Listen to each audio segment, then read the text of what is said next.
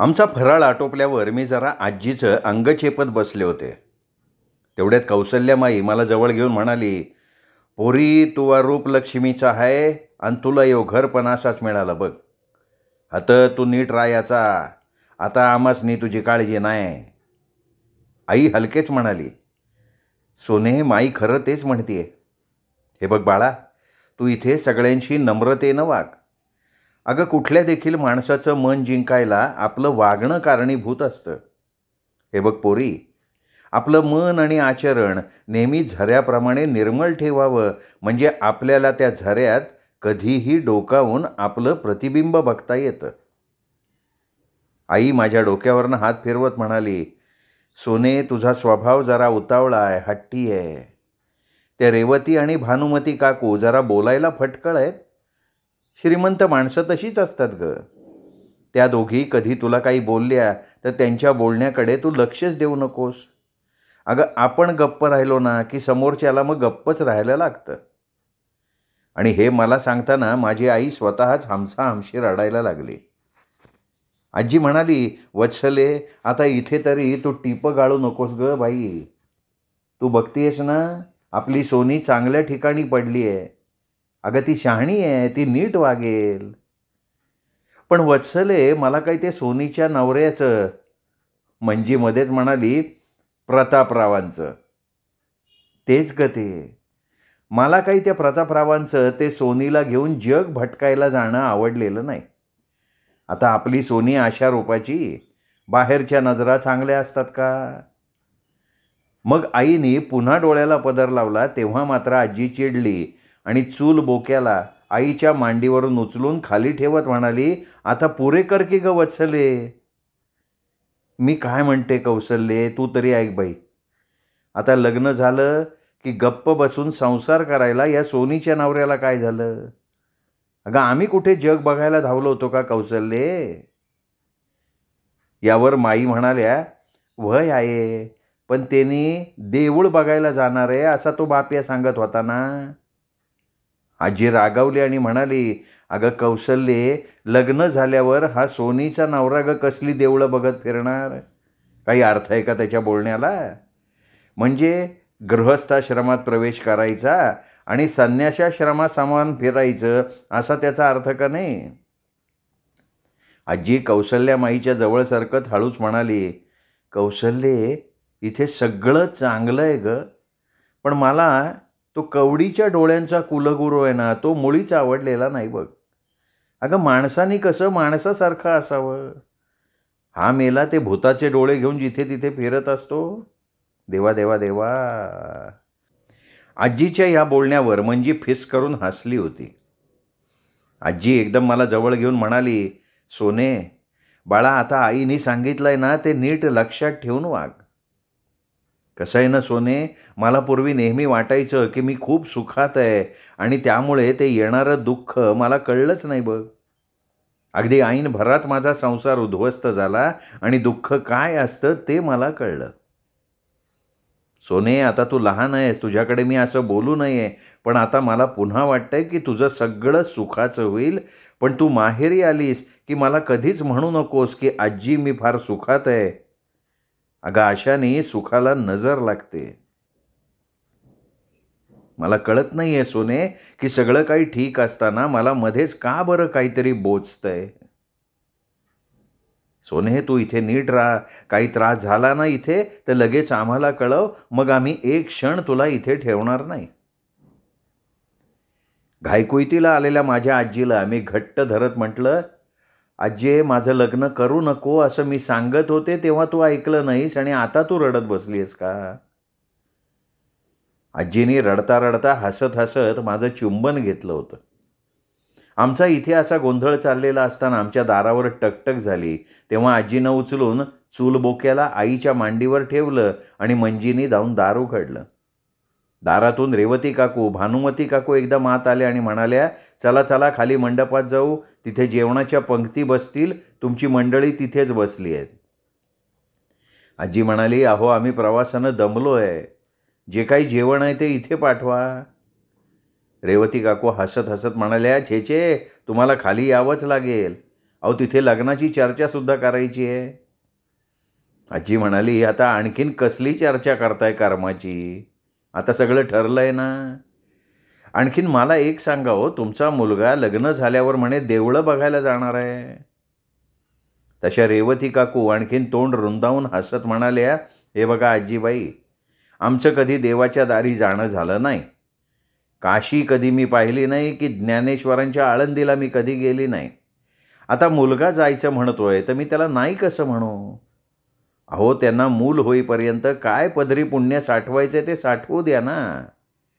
उद्या घरात रांगतं आलं की नंतर कुठे जायला मिळणार नाही. त्यावर आजी हो म्हणाली. मध्येच रेवतीबाई उठत म्हणाल्या, चला आता निघूया, खाली मंडळी कोलमली असतील. आजी म्हणाली, जाऊया हो, पण मला अगोदर एक सांगा, हा वाडा तुमच्या नवऱ्याने बांधला का हो? रेवती काकू म्हणाल्या, नाही हो, यांच्या पूर्वजांची म्हणजे आम्हा निंबाळकरांची खरी हवेली या हवेलीच्या जवळ आहे. ती हवेली जुनी आहे आणि नंतर ही हवेली अगदी तशाच पद्धतीनं बांधली गेली. ही हवेलीसुद्धा तशी जुनीच आहे. आता ह्या दोन्ही हवेलीत गुप्तघरं, गुप्तद्वारं, तळघरं, दऱ्या सगळं काही दोन्ही हवेलीत खच्चून भरलेलं आहे. पूर्वी शहाजीराजांच्या वेळेला या हवेल्या साहजिक शत्रूपासून वाचवण्यासाठी ही तळघरं, गुप्तद्वारं तयार केली गेलेली असणार. सोनसळी, तू कधी एकटी दुकटी फिरू नकोस हो, नाही तर तू एखादं दार उघडायचीस आणि समोरच्या दरीत कोसळून नाहीशी व्हायचीस. तशी आजी एकदम रागावली आणि त्यांना म्हणाली, ती कशाला दरीत कोसळेल? तुम्ही कधी कोसळला का? रेवती काकू गोऱ्या मोऱ्या होत म्हणाल्या, हो मी तिला नुसती सूचना दिली आजीबाई. चला चला आता निघूया. आज माझ्या आजीचं काहीतरी बिनसलेलं होतं हे नक्की. आम्ही खाली निघालो, परंतु आम्ही ह्यावेळी जिना उतरलो नाही, तर आमच्या खोलीला लागून असलेल्या शेवटच्या खोलीत रेवती आणि भानुमती काकू आम्हाला घेऊन आल्या आणि त्यांनी तिथल्या भिंतीची एक कळ दाबली. तिथलं भिंतीतलं दार उघडं झालं होतं. त्या दारातून आम्ही वळून आत शिरलो तर आत एक गोल भुयारासारखी वाट होती. ती वाट अंधारी होती. तिथे आम्ही 2 मिनिटं चाललो आणि लगेच बाहेर पडलो तर आम्ही निंबाळकरांच्या हवेलीच्या मागे पोचलेलो होतो. तिथे एका उतरत्या जिन्यानं आम्ही त्या मोठ्या माजघराच्या तोंडाशी पोचलो. निंबाळकरांचं ते भलं मोठं माजघर बघून मात्र आम्ही थक्क झालेलो होतो. या विचित्र मोठ्या माजघराची अशी रचना होती की तुम्ही कोणत्याही बाजूनं खालून किंवा वरून गेलात तरी तुम्हाला सरळ त्या माजघरात जाता येत होतं. फक्त वरच्या जिन्याच्या खोलीतनं निघालं की माजघरात यायला त्या उतरत्या जिन्याचा वापर करायला लागायचा आणि नंतर ते माजघर ओलांडलं की सरळ मागच्या दारी जाता यायचं. आम्ही माजघरात जाण्यापूर्वी माजघरात बाहेरूनच डोकावून बघितलं आणि मागील दारी गेलो तर तिथे सगळीकडे विजेचे दिवे आणि फरशा बसवलेल्या होत्या. या मागच्या अंगणात सुद्धा आत बाहेर अनेक फुलझाडं होती. हिरवं गवत तिथे पसरलं होतं. मध्ये मध्ये कारंजी उसळत होती. तिथे जागोजागी गरम पाण्याची मोठी घंगाळं ठेवली होती आणि त्या घंगाळ्याजवळ रुमाल आणि साबण ठेवलेले होते. आता सर्वसाधारणपणे एखाद्या घराच्या मागच्या अंगणानं असावं तसं ते निंबाळकरांचं अंगण नव्हतं, तर ते अंगण एखाद्या राजाची फुलबाग असावी तसं होतं. आम्हाला तिथे विहीर मात्र जवळपास कुठे दिसली नाही. तसं आजीनं रेवती काकूला विचारलं, काय हो, तुमच्याकडे विहीर नाही आहे का? का पाणी दरीतनं आणता? रेवती काकू हसून म्हणाल्या, सोनसळीला त्या दरीबद्दल बोलले म्हणून अजून तुम्ही रागावल्या का काय? अहो ही हवेली आणि आमची जुनी हवेली ह्यामध्ये म्हणजे या दोन्ही हवेल्यांच्या मध्ये त्या तिथे नोकर मंडळींच्या खोल्या आहेत. त्या खोलांच्या हाकेच्या अंतरावर 3 विहिरी आहेत. तिथे पंप लावून नळानं पाणी इथे आणलं जातं. आम्ही नाही त्या विहिरीला कळशी बांधा, हंडा कमरेवर ठेवून पाणी भरा असलं काही करत. त्यावर आजी काही बोलली नाही, कारण तिथे बोलण्यासारखं काही नव्हतंच. आम्ही नंतर मागील दारी गेलो तर दूरवर त्या दुसऱ्या हवेलीचा गोल घुमटासारखा कळस अस्पष्ट असा दिसत होता. त्याकडे बोट दाखवून रेवती काकू म्हणाल्या, ती तिथे आहे ना, ती आमची जुनी हवेली. तशी ती इथून फार लांब आहे. आता जुनी हवेली आणि नवीन हवेली यांना जोडणाऱ्या भुयारानं त्या हवेलीत 5 मिनिटात जाता येतं. पण आता आम्ही कोणी त्या जुन्या हवेलीत जात नाही, ती बंद असते. हे असं बोलत बोलत त्या आम्हाला पुन्हा माझघरात घेऊन आल्या. इथे आम्ही एक पाहिलं, त्या रेवती काकू आणि भानुमती काकू एकमेकींना सोडून जरा सुद्धा एकट्या राहत नव्हत्या. कुठे जायचं की त्या बरोबर असत. परंतु रेवती काकू सतत बडबडत, तर भानुमती काकूच्या तोंडाला तिन्ही त्रिकाळ कुलूप असे. पण त्या आल्या की येऊन जाऊन आमच्या चुलबोक्याकडे टक लावून बघत. आईच्या ते लक्षात आलं की ती आमच्या चुलबोक्याला पटकन पदराखाली झाकत असे. आता आम्हाला साध्या घराच्या साध्या माझघराची सवय होती. तसं आमचं, केदार काकाचं आणि माईचं माझघर जवळजवळ सारखंच होतं. ताट पाट वाट्या पाट्या असलेली आमची माझघरं फार फार साधी होती, तर निंबाळकरांचं माझघर अतिशय भव्य दिव्य होतं. त्या माझघरातलं ऐश्वर एखाद्या फडक्यात बांधून ठेवलेल्या चक्क्यातलं पाणी थेंबा थेंबानं बाहेर झिरपावं तसं ते सगळीकडे झिरपत होतं. इथे अनेक जाळीची फडताळं होती. त्या फडताळात अनेक काचेच्या छान छान बारण्या काहीबाई आपल्या पोटात ठेवून रांगेत बसलेल्या होत्या. त्या फडताळात जवळच काचेची बसकी कपाटंसुद्धा होती आणि त्या कपाटात अनेक काचेची भांडी मांडून ठेवली होती. इथे सगळ्या सुखसोयी होत्या, तरी मला ते माझघर बघून माझ्या दूरवर असलेल्या माझघराची आठवण झाली आणि वाटलं की आमचं माझघर या माझघरापेक्षा कितीतरी पटीनी श्रीमंत आहे. आमच्या माझघराला आई आणि आजीच्या मायेच्या पदराची ऊब देणारी चुलमाई होती. त्या चुलमाईच्या आणि आईच्या उभेत विसावणारा आमचा चुलबोक्या होता. आमच्या माझघरातील दह्यादुधाला फुलांचा सुगंध होता आणि काळोख मनाला विसावा देणार होता. आमचं मायेचं माझघर काळोखाची आणि मायेची घोंगडी घालून आम्हाला झाकून सांभाळणारं होतं. तर या निंबाळकरांच्या माझघरात चूलमाईची ऊब नव्हती. इथे मोठमोठ्या स्टो आणि शेगड्या भगभगत होत्या. त्या लखलखणाऱ्या उजेडामुळे ते माझघर अगदी स्वच्छ आंघोळ करून नागडं बसल्यासारखं दिसत होतं. तिथे ते स्टोव आणि शेगडीजवळ 2 तरुणी उभ्या होत्या. त्यातली एक तरुणी सकाळी आम्हाला कॉफी घेऊन येणारी होती, पण आत्ता त्या दोघी तरुणींनी आमच्याकडे ढुंकूनसुद्धा पाहिलं नाही. तिथे शेगडीजवळ एक अतिसामान्य 60ची बाई वरण ढवळत आमच्याकडे डोळे मोठे करून बघत होती. तेवढ्यात त्या बाईची नजर माझ्यावर गेली आणि ती विलक्षण आश्चर्यचकित होऊन क्षणभर माझ्याकडे बघतच राहिली. तेव्हाच रेवती काकू पुढे आल्या आणि म्हणाल्या, ही आमची खास स्वयंपाकीण कार्तिकी. ही अतिशय सुगरण आहे.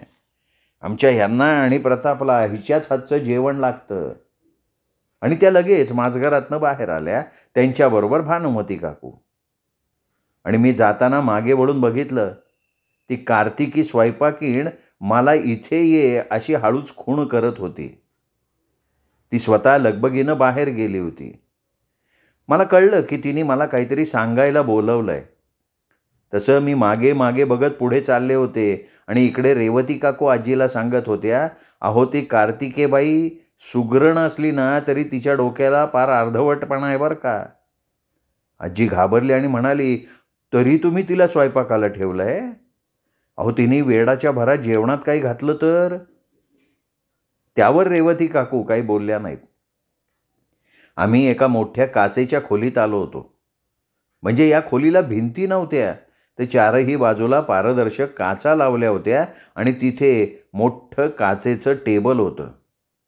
त्या टेबलावर काचेच्या बशा, काचेची काचपात्र, काचेचे ग्लास, सगळं काही काचेचंच होतं.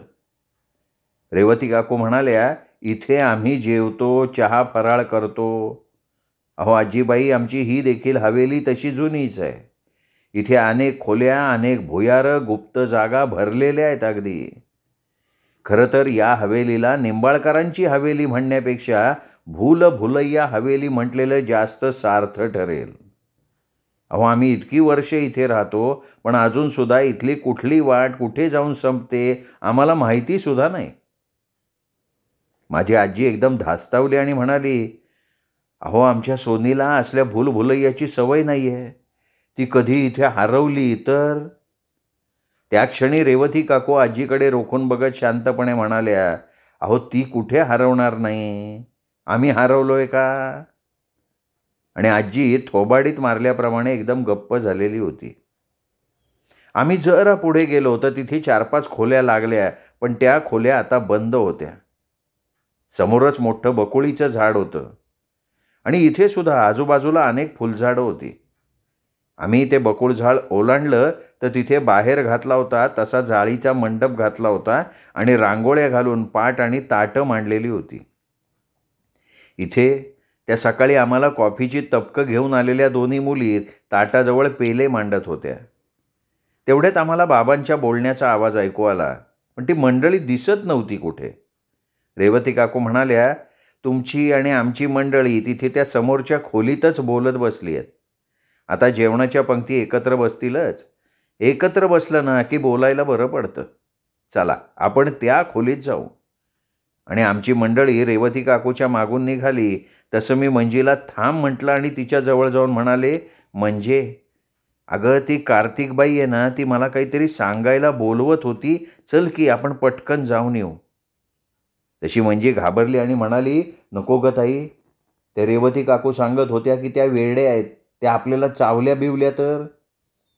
मी म्हणाले, म्हणजे मग तू इथे थांब, मी येथे पटकन जाऊन.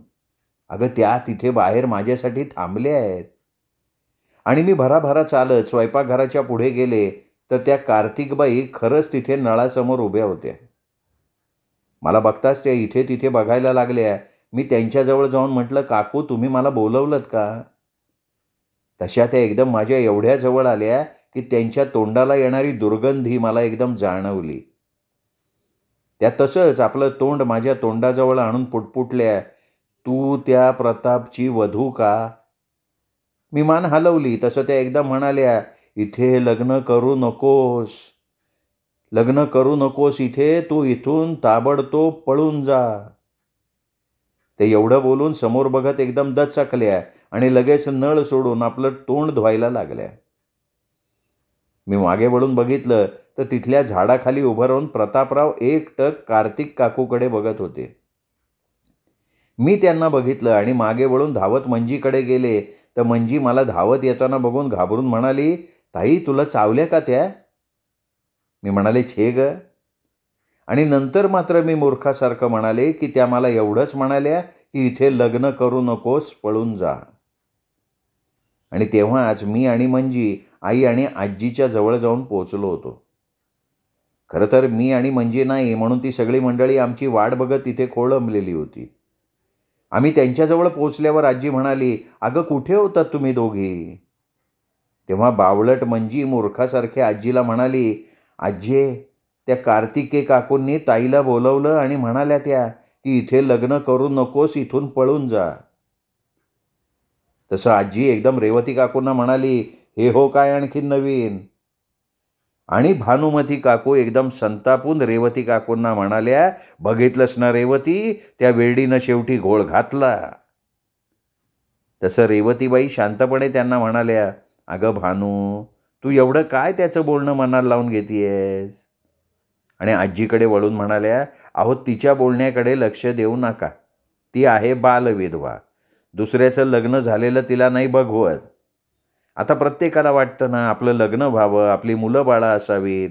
आता हिच्या नशिबात ते नाही तर आम्ही काय करायचं सांगा? मग त्याचा परिणाम हा असा होतो. त्या हे बोलत असतानाच बाबा, केदार बाबा, दादू बाबा आणि येशा तिथे आले. मी पाहिलं धनाजीरावाबरोबर आज वसंत होता, पण प्रतापराव काही तिथे नव्हते. म्हणजे नक्कीच ते अजून त्या कार्तिके काकूंना बघत तिथेच उभे राहिलेले असावेत. बाबा आमच्याजवळ आले तसा येशा आईजवळ गेला आणि आई हलकेच म्हणाली, येशा तुमचं चहा पाणी आटपलं का रे? तशी येशानं मान हलवली आणि तेवढ्यात प्रतापराव तिथे आले होते आणि लगेच आमच्या जेवणाची पंगत बसलेली होती. आमच्या त्या जेवणाच्या पंक्तीत सगळं गोडाचं जेवण होतं. काजू घातलेला गोड नारळी भात, केशरी श्रीखंडपुरी, चिरोटे आणि सगळंच गोड गोड, माती मसण गोड सगळं ते भरलेलं होतं. आणि जेवताना मी भरल्या डोळ्यांनी बघितलं की आमचे केदार काका गोडाचं जेवण म्हटलं की मागे पुढे न बघता अगदी तट्ट जेवणारे. पण आज मात्र त्यांचा हात जड झाल्याप्रमाणे एवढंसं कालवून उठले होते. या निंबाळकर मंडळींचं मात्र एक होतं, ही मंडळी अस्सल खवय्या मंडळी होती. खाताना ते सगळेच जण एवढे खात होते की आपल्याला कोणी बघतंय याचं सुद्धा भान त्यांना उरलेलं नव्हतं. एवढासा वसंतसुद्धा जेवताना मात्र तोंडात घास घालून अगदी ताटभर व्यवस्थित जेवला. आम्ही जेवत असताना बाबा धनाजीरावांना म्हणाले, तुमचे गुरुजी कधी पंक्तीला बसत नाहीत? तेव्हा धनाजीराव श्रीखंडपुरी तोंडात कोंबत म्हणाले, नाही हो, ते सकाळी फक्त पेलाभर दूध आणि फलाहार घेतात. आणि रेवती काकू वेड्यासारखं तोंडात श्रीखंडपुरी कोंबत बोबडं बोलत माझ्या आईला म्हणाल्या, अहो, तुमच्या बोक्यानं चांगल्या 3 वाट्या श्रीखंड चापलंय, पण तुम्ही 1 वाटीसुद्धा श्रीखंड खाल्लं नाही. आजी पटकन म्हणाली, माझ्या सुनेला गोडाचं नाही चालत विशेष, ती तिला पाहिजे तेवढं खाते, तुमचं चालू द्या. नंतर आमची जेवणं भराभरा आटोपली आणि आम्ही सगळेजण निंबाळकरांबरोबर दिवाणखान्यात आलो. मी बघत होते ते प्रतापराव सतत माझ्याकडे बघून हसत होते. एवढ्या लोकात कसं वागावं याची त्यांना थोडीसुद्धा समज नव्हती. आम्ही सगळेजण निंबाळकरांच्या दिवाणखान्यात बसलो तेव्हाच तिथे बाजूच्या खोलीतून अचानक भुईतून उपटावे तसे कंकाल बाबा आले होते. बाबांच्या समोरच्या खुर्चीवर बसत म्हणाले, उद्या दुपारी 1:15 वाजताचा मुहूर्त आहे. त्यापूर्वी तुम्ही पिंपळाच्या झाडाशी सोनसळीचं लग्न लावून तुमची जी काही ग्रहशांती करायची आहे ती करून घ्या. बाबा एकदम उठले आणि म्हणाले, मला अगोदर आमच्या मंडळींबरोबर थोडी चर्चा करायची आहे, तेव्हा मी जरा त्यांच्याबरोबर त्यांच्या खोलीत जातो. आम्ही सगळेजण उठलो. बाबांबरोबर येशा, केदार काका, दादूबाबासुद्धा उठले. तसे बाबा म्हणाले, तुम्ही इथेच थांबा, मी जरा आईशी बोलून येतो. आणि बाबा आमच्याबरोबर वर आमच्या त्या खोलीत आले.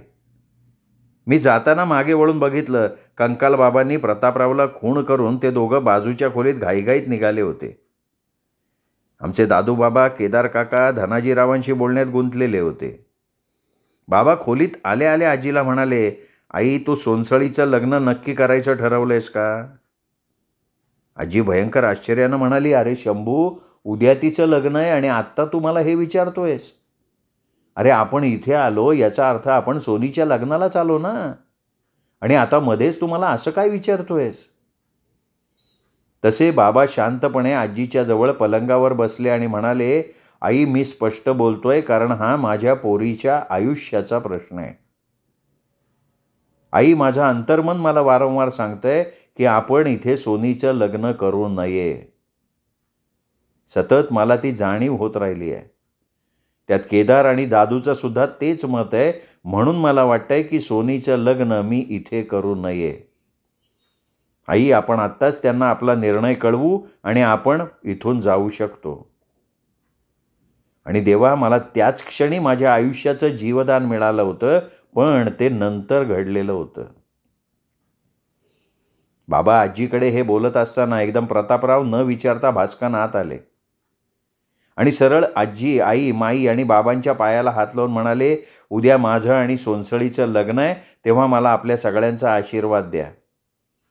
तुम्ही कुणीही माझ्या सोनसळीबद्दल कसलाच किंतु मनात बाळगू नका. तिला मी माझ्या जीवापेक्षा जास्त सांभाळेन. मी तिला कधीही आमच्या हवेली बाहेर घेऊन जाणार नाही. ती सतत माहेरी येत जात राहील याची मी तुम्हाला हमी देतो. तशी आजी हेलावून म्हणाली, पोरा, आम्हाला त्याची खात्री आहे रे. आणि प्रतापराव बरं येतो असं म्हणून माझ्याकडे हसत बघत निघून गेले. आणि त्याच क्षणी माझ्या जीवदानाचं पारडं निंबाळकरांच्या बाजूनी झुकलेलं होतं. माझी आजी प्रतापराव गेलेल्या वाटेकडे बघत म्हणाली, शंभू, आता सगळं विसरून जा आणि सोनीच्या उद्याच्या लग्नाचा विचार कर. अरे तो श्रीहरीवर बसलाय, तो सगळं ठीक करेल. बाबा माझ्या डोक्यावर हात ठेवून काही पुटपुटत मला निंबाळकर आणि कंकाल बाबांच्या हवाली करून येशासह खाली निघून गेले. वास्तविक बाबांनी जेव्हा कंकाल बाबांना आपल्या मंडळींबरोबर मला थोडी चर्चा करायची असं म्हटलं होतं, त्याच क्षणी धूर्त कंकाल बाबांनी ओळखलं होतं की या भटाला आपल्या मुलीबद्दल काही अशुभ भावना जाणवल्या असतील, म्हणून हा भट चर्चेचं निमित्त सांगून वर पळतोय.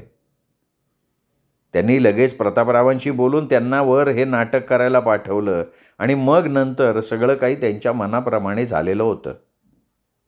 माझे बाबा आणि यशा खाली गेले आणि आम्ही सगळेजण जरा टेकणारच होतो की रेवती काकू एखाद्या वादळाप्रमाणे आत आल्या. आता त्या एकट्याच आल्या होत्या. आल्या आल्या त्या तिथल्या खुर्चीवर धप्प करून बसत म्हणाल्या, आता दुपारचा चहा फराळ आटोपला की बरोबर 7 वाजता खालीच मंडपात जेवणाच्या पंक्ती बसतील. आजी घाईघाईत म्हणाली, अहो आता काही खायला आमच्या पोटात जागाच शिल्लक नाही आहे. त्यात आता संध्याकाळी आम्ही कोणी जेवणार नाही. थोड्या वेळानं फक्त गरम गरम चहा पाठवून द्या म्हणजे झालं. रेवती काकू ठीक आहे म्हणाले. तेव्हा आजी त्यांना म्हणाली, अहो एक विचारते, आता प्रत्येक घराण्याचा काहीतरी इतिहास असतो. आता तुमच्यासुद्धा या वाड्याचा काही इतिहास असेल ना.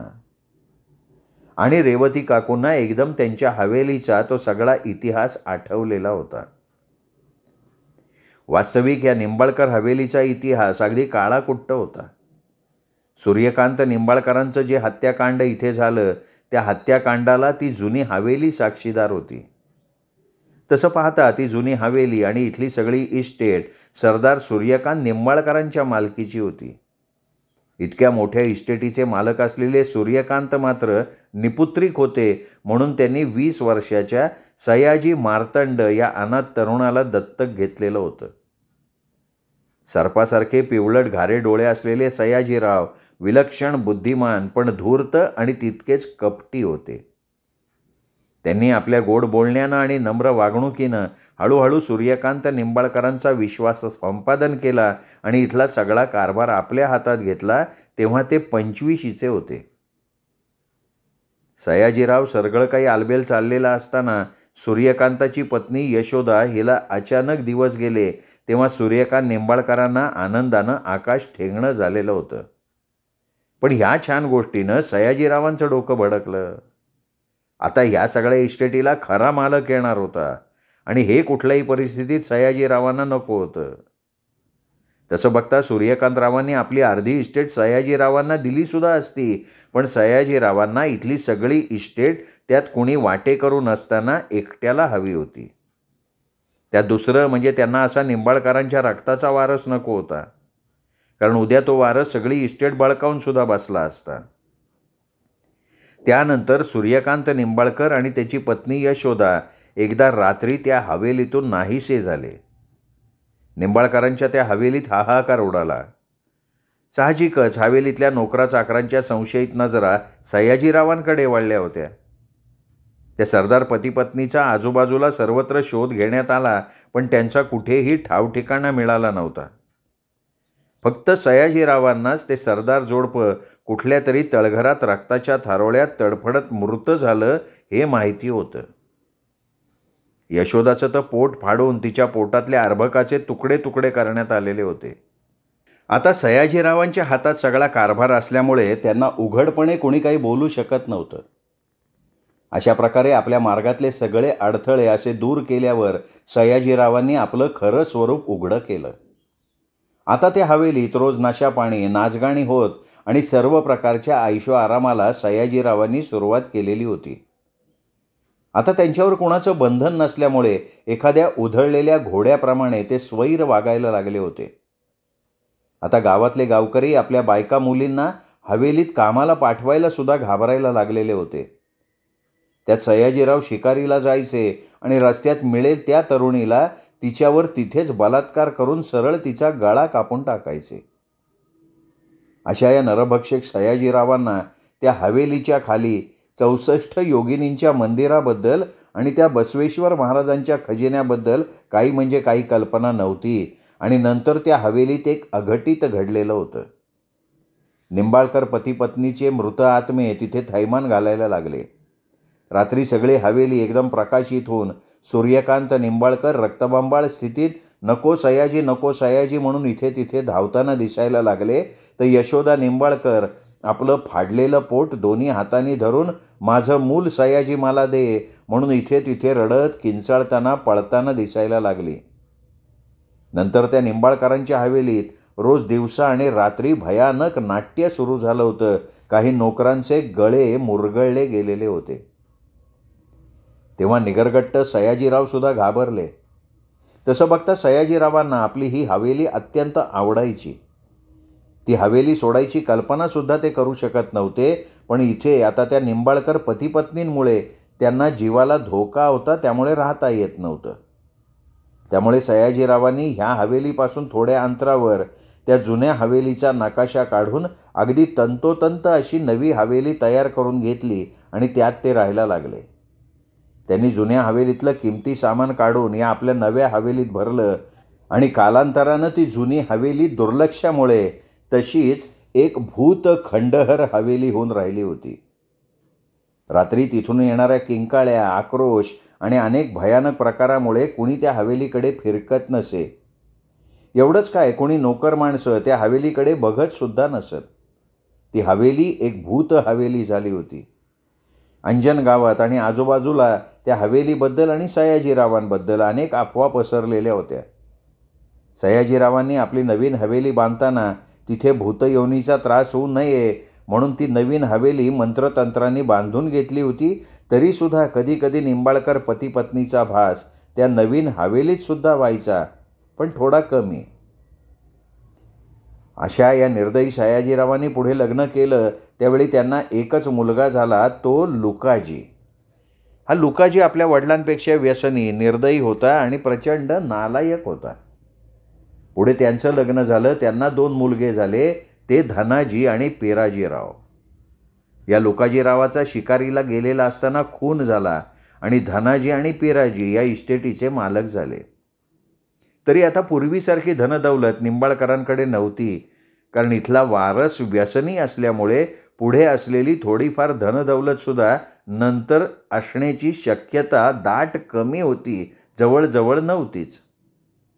आणि या चिंतेत धनाजीराव असताना कंकालबाबांनी येऊन त्यांच्यापुढे हे सोन्याचं ताट मांडलेलं होतं. आता निंबाळकरांबद्दल अंजन गावात चांगलं मत नव्हतं. आत्तासुद्धा धनाजीरावांना किंवा प्रतापरावांना गावातली एखादी तरुणी आवडली की एकतर त्या तरुणीला पैसा मिळायचा, नाहीतर ती नाहीशी व्हायची. त्यांच्या हवेलीबद्दल गावात अनेक अफवा होत्या. त्यात एक अफवा अशी होती की सयाजी निंबाळकरांची पत्नी अनुसयाबाई अजून जिवंत आहे आणि तिला त्या सरदार पतीपत्नीकडनं धोका असल्यामुळे त्या हवेलीत कुठेतरी बंदोबस्तात ठेवलेलं आहे. आणि ती अफवा खरी होती. ही धनाजीरावांची पण जी विलक्षण, लोभी आणि खुनशी वृत्तीची स्त्री होती, तिच्याकडे यशोदा सरदारणीचे पुष्कळ दागदागिने होते आणि त्या दागिन्यांच्या मोहानं ती पणजी अजून श्वास घेत जगत होती. परंतु धनाजीरावांचं ती दैवत होती. ते त्यांच्या आयुष्यात घडणारी कुठलीही घटना जाऊन आधी आपल्या पणजीला सांगून तिचा आशीर्वाद घेत होते. त्यांची अशी धारणा होती की आपल्या या पणजीचा आशीर्वाद त्यांना लखलाभी होतो. आता इथे जे 10 तरुणींचं भयानक हत्याकांड झालं, तो बसवेश्वराचा खजिना, ते योगिनी मंदिर, ह्याबद्दल सगळं तिला सांगून अगोदर धनाजीरावांनी आपल्या कुटुंबासह तिचा आशीर्वाद घेतलेला होता. माझ्या आजीने वाड्याचा इतिहास विचारल्यावर रेवती काकूंच्या डोळ्यांसमोर तो हवेलीचा सगळा इतिहास तरळला आणि त्यांना वाटलं की आपण जर या म्हातारीला इथला खराखोरा इतिहास सांगितला तर ही थेरडी या बाळीला घेऊन ढुंगणाला पाय लावून पळत सुटेल. आणि त्याच विचारानं रेवती काकू खो खो हसत सुटल्या. आम्हाला वाटलं या काकूचं काय डोकं बिकं फिरलंय का काय. आता आजीने हवेलीचा इतिहास विचारला तर त्यात एवढा काय विनोद झाला. खो खो हसत सुटल्या या. हसता हसता रेवती काकू भानावर आल्या, पदरानं डोळे पुसत म्हणाल्या, माफ करा आजीबाई, मला एक आठवण आली म्हणून मी हसले. तर तुम्हाला या निंबाळकरांचा इतिहास हवा आहे नाही का. तर यांचे पूर्वज फार श्रीमंत सरदार घराण्याचे. त्या पूर्वजांचे आणि छत्रपती शिवाजी महाराजांचे फार जवळचे संबंध. अहो, एकदा शिवाजी महाराज लढाईवर आलेले असताना या हवेलीत राहिले होते आणि योगायोग म्हणजे ते ह्याच खोलीत ह्याच पलंगावर झोपलेले होते. आजी, आई आणि माई या वासून आपण बसलेल्या त्या पलंगाकडे आणि रेवती काकूकडे बघत राहिल्या. मंजी पटकन म्हणाली, अहो पण काकू, इतिहास काय सांगतो. इतिहास सांगतो छत्रपती शिवाजी महाराज लढाईवर असताना त्यांच्याकडे जेवण नसायचं. ते घोड्यावर रानावनातून लढाईवर जाताना शेतातला हुरडा हातावर चोळून खात खात लढाई करायला जात असत. ते कधी अशा हवेलीत येऊन पंचपक्वान्न खाऊन पलंगावर झोपत नव्हते. तशा रेवती काकू लगबगीनं उठल्या आणि मंजीचा जोरात गालगुच्चा घेऊन म्हणल्या, पोर भारी हुशार आहे हो. असं म्हणून ते निघाल्या आणि आजीला म्हणाल्या, हे बघा मी चहा आणि खायला पाठवते. मी काय म्हणते, मिळतंय फुकटचं तर खाऊन घ्यावं की माणसानं. आणि आजी काही बोलण्यापूर्वी त्या आपलं ढुंगण गदा गदा हलवत निघून गेल्या. आजी रागारागात म्हणाली, एक एक नग आहेत बाई इथं, कसं होणार ग माझ्या सोनीचं ते देव जाणे. तो दिवस नंतर तसाच निघून गेला. आम्ही प्रवासानं दमल्यामुळे आणि खा खाल्ल्यामुळे आम्हाला कधी झोपा लागून गेल्या कळलंच नव्हतं. उद्या माझं लग्न होतं. आम्ही कधी नाही ते घोरत पडलो होतो. मध्यरात्री मला पुन्हा ते पायऱ्यांचं स्वप्न पडलं होतं. त्या स्वप्नात मी ती पहिलीच पायरी खाली उतरले होते की मला एकदम माझे बाबा समोर वाट अडवून उभे असलेले दिसले. ते जोरात मला म्हणाले की सोन्या पळ, पायरी उतरू नको. मी मागे वळून पळत सुटले. मी त्या निंबाळकरांच्या मोठ्या फाटकाजवळ पोचलेच होते की कुठून तरी ती सगळी निंबाळकर मंडळी धावत धावत आली. त्यात तो छोटा वसंत सुद्धा होता. त्या सगळ्यांनी माझ्या मोकळ्या सोडलेल्या केसांना धरून मला लाथाबुक्क्यांनी मारत मला पुन्हा त्या पायऱ्यांच्या जवळ आणलं आणि तेव्हा ते कंकाल बाबा हातात तळपती तलवार घेऊन त्या पायरीवर उभे होते. मी भयंकर दचकून उठले तर अजून अंधारलेलं होतं. अचानक मला अतिशय भीती वाटली. वाटलं कोणाची तरी सावली माझ्या पायालगत उभी आहे. ती हलत मला वाकून बघतीये. ती सावली वाकली की मला तिचा एकदम थंडगार स्पर्श व्हायचा. मी इतकी घाबरले की जवळ असलेल्या आजीच्या कुशीत शिरून मी डोळे गच्च बंद करून खरंच झोपले का बेशुद्ध पडले ते मात्र मला माहिती नाही. श्रोते हो, तुम्ही ऐकताय आयडा बॅरेटो लिखित सोनसळी ही कादंबरी. या कादंबरीचा आजचा भाग इथेच संपला. पुढचा भाग ऐकण्यासाठी उद्या भेटूयात दीपक रेगे कथाकथन चॅनलवर. तोपर्यंत नमस्कार श्रोते हो.